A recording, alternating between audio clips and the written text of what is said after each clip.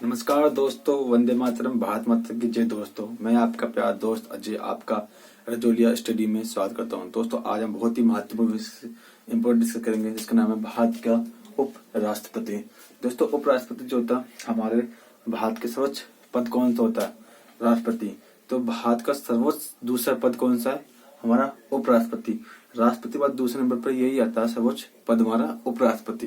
दोस्तों, ये पद था, ये संविधान तौर पर, आधिकारिक तौर पर जो यूएस है, जो अमेरिका के उपराष्ट्रपति के तर्ज पर लिया गया था कि उनको एक तरह से कहम देखा देख लिया गया था।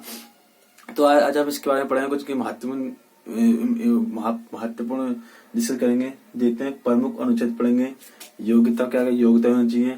निर्वाचन किस तरह निर्वाचन होना चाहिए, निर्वाचन मंडल में कौन कौन वोट कर सकता है, शपथ कौन लेता है, कैसे लेते हैं, त्यागपत्र कैसे होता है, हटने क्या विधि होती है, शक्ति कार्य पढ़ेंगे, इनके वेतन पढ़ेंगे, राज्यसभा में की क्या स्थिति है, सुप्रीम कोर्ट निर्वाचन आयोग, मतलब इन कार्यों में आज हम पढ़ेंगे।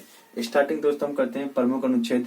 इसके दो अनुच्छेद, प्रमुख अनुच्छेद कैसे है संविधान के अंदर हमारे इसके उपराष्ट्रपति को कहाँ वर्णन किया गया है? तो अनुच्छेद 60 इनका कहाँ वर्णन किया गया है? अनुच्छेद 7 उपराष्ट्रपति का जो वर्णन है कहाँ गया? अनुच्छेद 60 में किया गया है।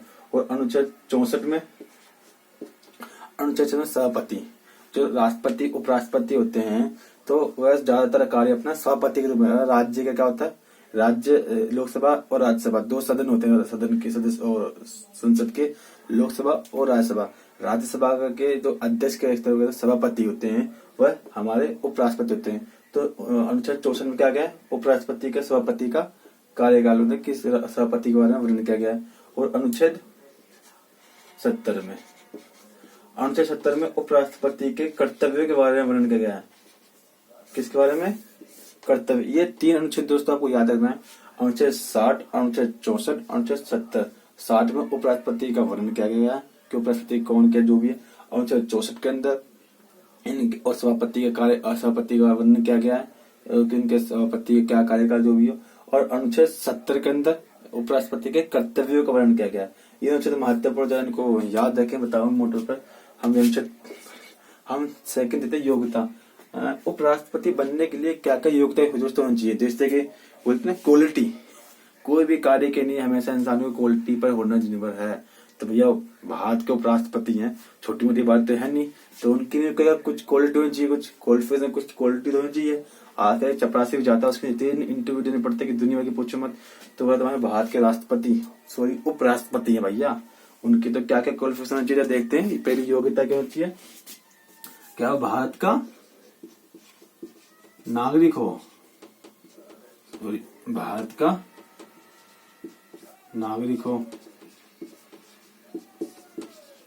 ये सबसे पहले भारत का नागरिक होना चाहिए भैया जी। ये नहीं कि भैया कहीं तुम अलग देश, चीन से आ जाए भैया, पाकिस्तान का आ जाए भैया, फलाना का। भारत का नागरिक हो भैया। दूसरी सबसे महत्वपूर्ण कौन सी होनी चाहिए, वो ध्यान रखना भैया, वह 35 वर्ष पूरी कर चुका हो, 35 वर्षीय हो। कौन? वो नागरिक। ये नहीं कि भैया 25 साल, 26 साल, 30 साल का, पूरा 35 साल होना चाहिए। एक दिन भी कम होगा ना, कुछ घंटे भी कम हो गए तो नहीं होगा। ध्यान रखना, एक घंटे भी कम हो गए तो, एक दिन भी कम हो गए, घंटे, तो भाई पूरा 35 वर्ष होना चाहिए। तीसरा, कोई भी लाभ पद पर ना हो, मतलब कोई भी सरकारी राज्य में या सेंटर में कोई भी लाभ पद पर ना हो। समझना? तो लाभ पद मतलब कोई सरकारी जॉब या कोई अधिकारी लाभ पर, अधिकारी तौर पर पद पर ना हो।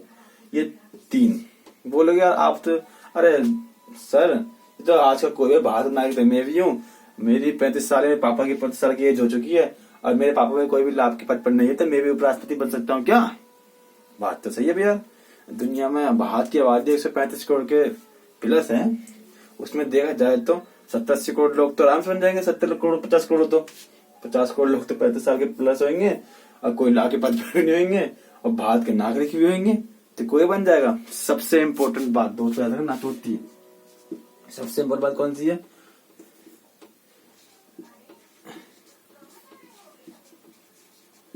राज्यसभा के निर्वाचन योग्य हो। क्या? चौथा,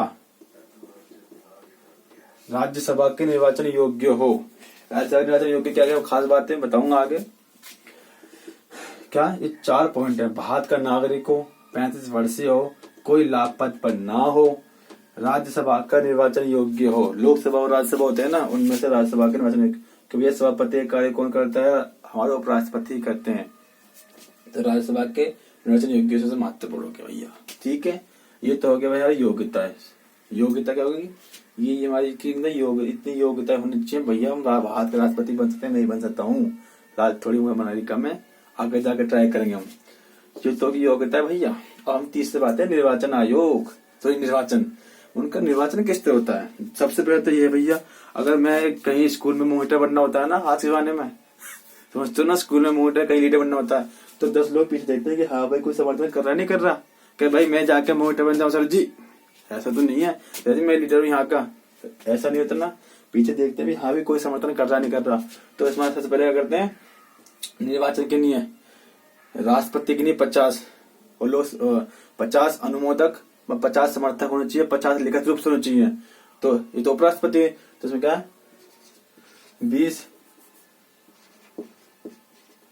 अनुमोदक,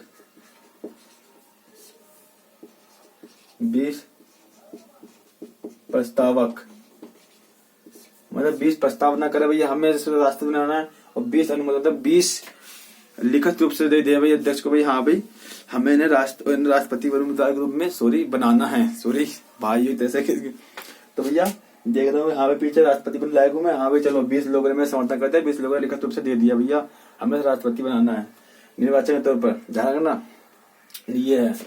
और इसकी हो गया भैया निर्वाचन, भैया पहले ये होगा निर्वाचन। और निर्वाचन किस तरह होता है ध्यान रखना, ये भी निर्वाचन होता किस तरह है। सेम राष्ट्रपति के तौर पर जैसे राष्ट्रपति चुनाव होता है, ऐसे ही हमारे इनका चुनाव होता है। कैसे होता है? अनुपातिक प्रतिनिधित्व के तौर पर, अनुपातिक प्रतिनिधित्व के तौर पर, और आधार पर एकल सेकंड मत द्वारा होता है, और गुप्त मतदान होता है। क्या? एकल सेकंड द्वारा गुप्त मतदान होता है इसके अंदर भी, और अनुपातिक प्रतिनिधित्व होता है। समझे ना, हर सदस्य का एक ही, मतलब कि बता दूं मैं आसान भाषा में आपको, एक सदस्य का एक ही मत होएगा भैया, एकल होएगा, और गुप्त मतदान होगा। ये नहीं कि ये मैं उसको दे रहा हूँ वोट, मैं उसको दे रहा हूँ, एकल मतदान होता है। और बता दो आपको मतलब कौन वोट, निर्वाचक मंडल कौन कौन होता है। ये तो अगर निर्वाचक कैसे होता है भैया जी, अनुपातिक प्रतिनिधित्व होता है, एकल संक्रमण होता है, और एक का गुप्त मतदान होता है। ये तो भैया किताबी गाना। अब आते हैं कि किस तरह होता है भैया। कोई व्यक्ति हो चुनाव करने से पहले क्या देखता है भाई, हाँ भाई एक बंदे का एक ही वोट होगा, एक नहीं एक बार 4 वोट माना जाएगा, ऐसा नहीं, एक का एक वोट होगा सिंगल। दूसरा एक कल होगा भैया एक अनुपातिक प्रतिनिधित्व, मतलब कि चुना हुआ व्यक्ति ही सब वोट दे सकता है, चुना हुआ व्यक्ति ही वोट दे सकता था। राष्ट्रपति के अंदर चुना हुआ व्यक्ति ही वोट दे सकता था, निर्वाचन में, विधायक मंडल में, लोकसभा में, राज्यसभा के अंदर। परंतु और सिंपल भाषा में बताऊं आपको, और 20 लोग समर्थन कर रहे हैं अभी यहाँ लिखित रूप से, और वैसे भी यहाँ भी हम उपराष्ट्रपति बनना चाहते हैं, मगर राष्ट्रपति से थोड़ा सा अलग है। पूछो क्या? हाँ निर्वाचन मंडल, दोस्तों निर्वाचन मंडल चेक कर लेते हैं कि वोट कौन कौन दे सकता है उपराष्ट्रपति को। तो भैया हम बता जरा, लोकसभा, राज्यसभा, ये तो है ही। राष्ट्रपति में क्या आते हैं हमारे, राष्ट्रपति में विधायिका, मतलब विधायिका के लोग, मतलब कि राज्य के विधान और एमएलए विधायक, वो भी राष्ट्रपति का मतदान करते थे राष्ट्रपति के अंदर।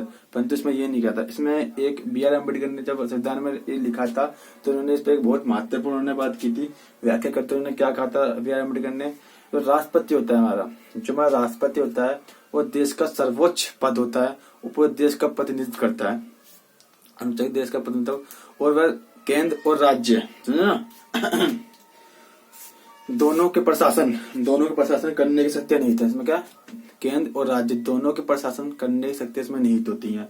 तो इसलिए उसमें राज्य के जो एमएलए होते हैं ना, विधायक, उनको वह उनका मतदान करने के लिए इसमें शामिल किया गया था। परंतु जो उपराष्ट्रपति का होता है इतना ज्यादा खास उसका कार्यकाल नहीं होता है, खास कार्य उसके नहीं होते उपराष्ट्रपति के, मात्र सभापति के रूप में अपने जीवन में कार्यकाल संभालता है। एक राज्यसभा का अध्यक्ष के तौर पर, जैसे हमारे लोकसभा का अध्यक्ष होते हैं, जैसे सिस्टम ओम बिरला हमारे लोकसभा के अध्यक्ष हैं, ऐसे ही राज्यसभा के अध्यक्ष के तौर पर जब सभापति कहते हैं इस तौर पर ये उपराष्ट्रपति अपना कार्यकाल करते हैं। ज्यादातर बहुत कम चांस ऐसा आता है कि राष्ट्रपति के कार्यकाल राष्ट्रपति की मृत्यु हो जाती है या त्यागपत्र दे देते हैं, कोई किसी कारणवश वो राष्ट्रपति का कार्यकाल संभालते, वो भी 6 महीने के तौर पर ही वो उपराष्ट्रपति राष्ट्रपति का कार्यकाल संभालते हैं। समझो, तो बहुत कम का समय, वो 6 महीने के अंदर ये आवश्यक है लोकसभा को कि चुनाव करवाकर वह संसद चुनाव करवाकर राष्ट्रपति का आवश्यक तौर पर 6 महीने के अंदर नए राष्ट्रपति को चुने। तो 6 महीने के बहुत कम, तो ज्यादा इफेक्ट नहीं करता उपराष्ट्रपति का कार्यकाल जनता पर या पूरे देश पर। तो इसमें उसका विधानमंडल को इस चुनाव मतदान से अलग किया गया था। तो उनका ये मत था। डॉक्टर बी आर अम्बेडकर, हमारे आदरणीय डॉक्टर बी आर अम्बेडकर, जिन्हें भारत का सबसे बड़ा, सबसे महत्वपूर्ण, सबसे बड़ा लिखित और सबसे क्या बोलते हैं ना, एक खास संविधान हमें दिया, हमारे देश को दिया, जो हमारा देश दुनिया में सबसे अलग उसकी पहचान है। सल्यूट करता हूँ मैं डॉक्टर बी आर अम्बेडकर को, बहुत बढ़िया ने दिया। अब निर्वाचन मंडल में भैया लोकसभा के क्या सभी सदस्य, लोकसभा के सभी सदस्य, राज्यसभा के भी सभी सदस्य। राष्ट्रपति के अंदर क्या था, और निर्वाचन मंडली, निर्वाचक लोग, मतलब निर्वाचित प्रतिनिधि समझते हो ना, जो चुने हैं, मतलब कि लोकसभा के अंदर आप जानते हो कि 2 एंग्लो इंडियन चुनता है राष्ट्रपति, और राज्यसभा के अंदर 12 मनोनीत करता है राष्ट्रपति, पता होगा आपको। वह लोग राष्ट्रपति पर चुनाव नहीं दे सकते थे, राष्ट्रपति को चुनाव मतदान नहीं कर सकते, परंतु लोकसभा के अंदर एंग्लो इंडियन और राज्यसभा के अंदर 12 जो मनोनीत होते सदस्य, वह लोकसभा के उपराष्ट्रपति को चुनाव में मतदान कर सकते हैं। ये बहुत बड़ा प्लस पॉइंट है। दोनों में डिफरेंट, मैं बता दूं क्या डिफरेंट है। सेम सब कुछ राष्ट्रपति उपराष्ट्रपति चुनाव में बिल्कुल सेम है। दो अंतर है ना। पहला, उपराष्ट्रपति में विधान परिषद के लोग चुनाव नहीं करते, विधायक हमारे जो एमएलए होते हैं राज्य के एमएलए, और दूसरा वह एंग्लो इंडियन, जो लोकसभा के एंग्लो इंडियन और राज्यसभा के मनोनीत 12 सदस्य, वह चुनाव नहीं करते राष्ट्रपति के अंदर और उपराष्ट्रपति के अंदर करते हैं। ये 2 डिफरेंट है, जिस बारे में डॉक्टर बी आर अम्बेडकर ने बताया था हमें इस तरह का।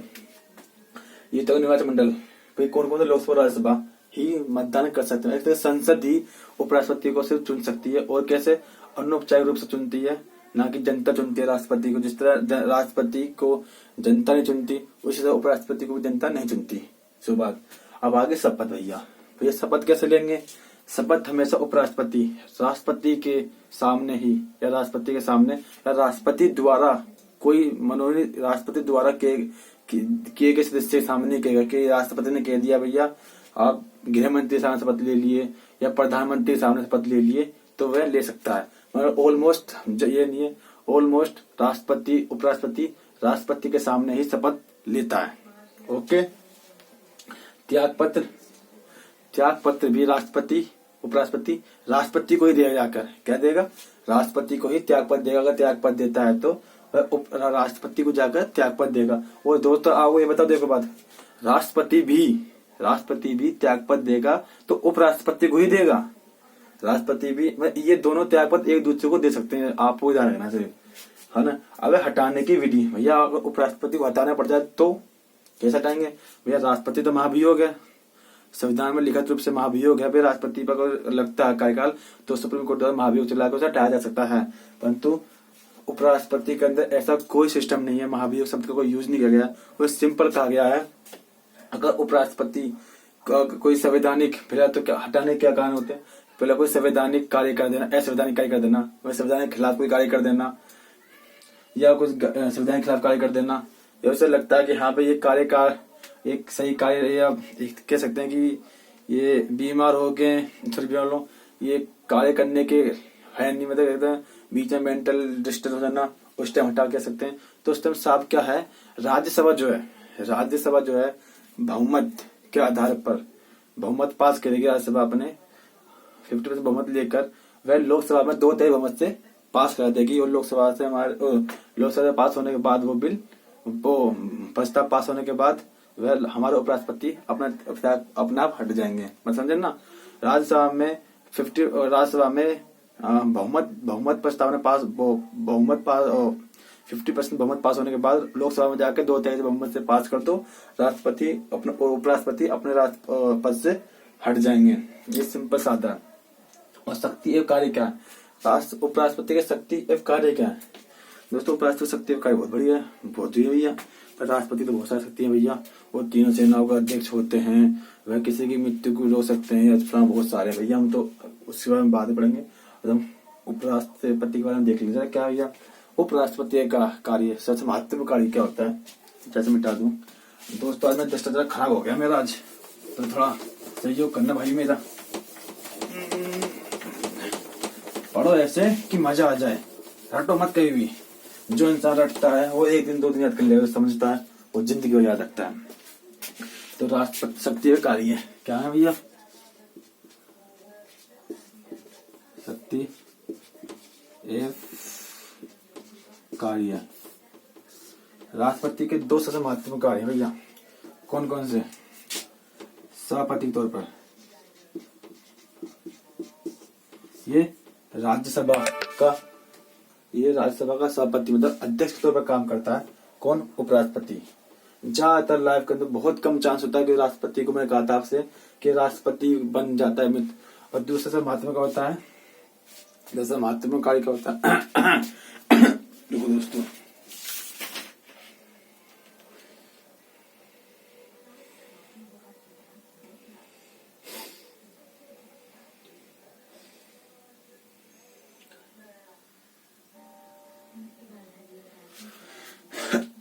सॉरी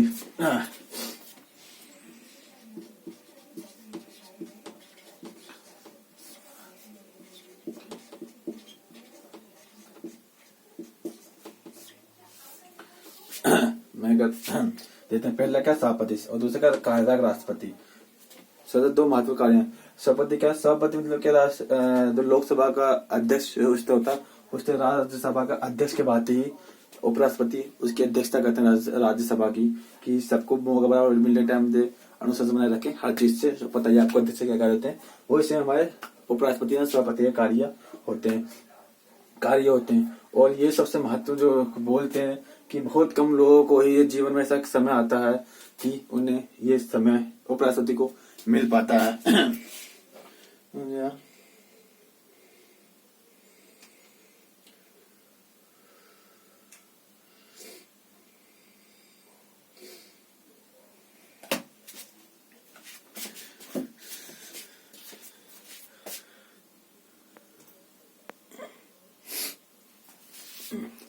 तो सभापति स्टार्ट।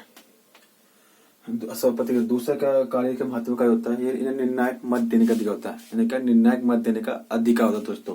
मतलब जैसे कि राज्यसभा के अंदर बहुमत हो रहा है तो दोनों 50-50 पे आ गए, मतलब कि कोई इधर उधर बराबर है, तो इन्हें निर्णायक मतलब कि 50 तो इधर 50% इधर 50% वोट। अब इस समय निर्णायक मत देने का अधिकार है कि उस समय निर्णायक।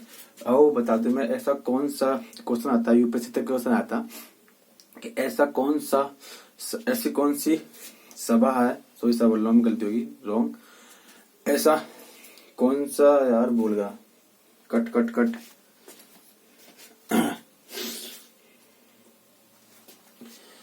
क्या ऐसा पूछा गया यूपीएससी के अंदर? ऐसी कौन सी सभा है जहां पर वहां का अध्यक्ष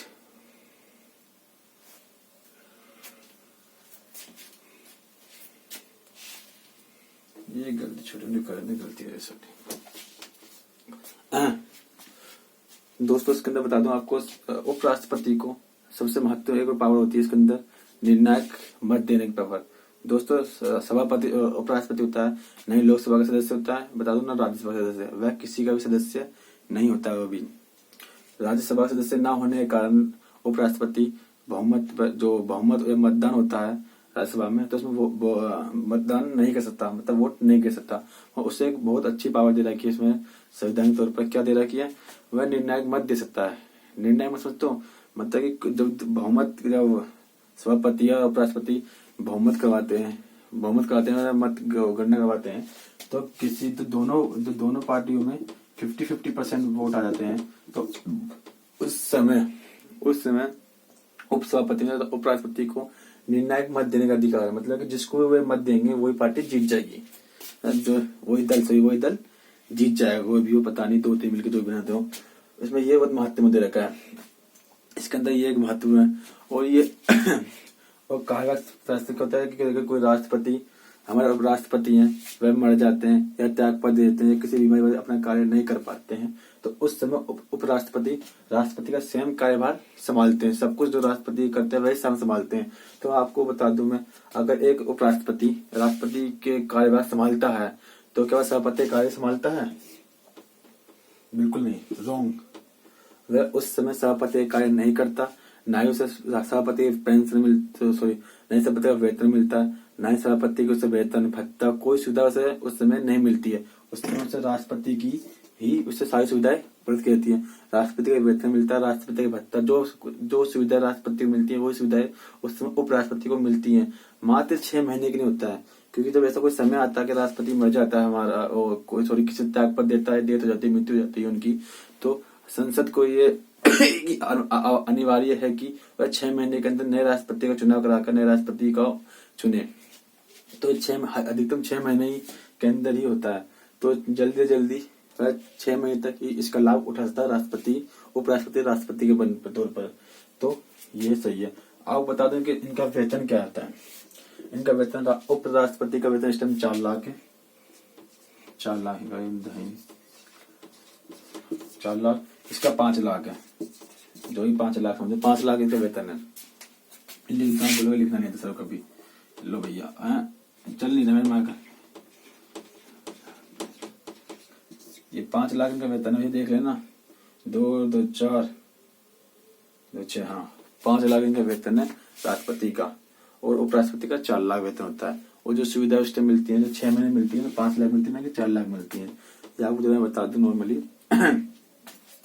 और राज्यसभा में इनकी स्थिति क्या, राज्यसभा में यही सेम स्थिति होती है। उपराष्ट्रपति सभापति होते हैं, एक लोकसभा के अध्यक्ष पर काम करते हैं, सबको अनुशासन में रखते हैं, राज्यसभा के अंदर सबको बोलने अधिकार देते हैं, और निर्णायक मत देने का अधिकार है, ये होती है। और राज्यसभा सुप्रीम कोर्ट निर्वाचन आयोग, मतलब कि अगर, हाँ आपको दोस्तों एक चीज बता दूं आपको मैं, कि अगर कोई भी जैसे कि होता है, बता सुप्रीम कोर्ट और निर्वाचन आयोग में, जैसे कि लगता है कि सुप्रीम कोर्ट उपराष्ट्रपति का कोई फर्जीवाड़ा केस होता है, कुछ भी कोई केस बन जाता है उन पर, तो कोई हाई कोर्ट, डिस्ट्रिक्ट लेवल पर कोर्ट पे नहीं सुनवाई नहीं होगी, सीधा सुप्रीम कोर्ट में उनकी सुनवाई होगी। जिस तरह की राष्ट्रपति की होती है सुप्रीम कोर्ट में, ऐसे ही उपराष्ट्रपति की सुप्रीम कोर्ट में सुनवाई होती है। और आपको छोटी सी बात बता दूं, जैसे कि आज का फर्जीवाड़ा बहुत चलता है चुनाव के अंदर, तो अगर ऐसा हो जाता है कि उपराष्ट्रपति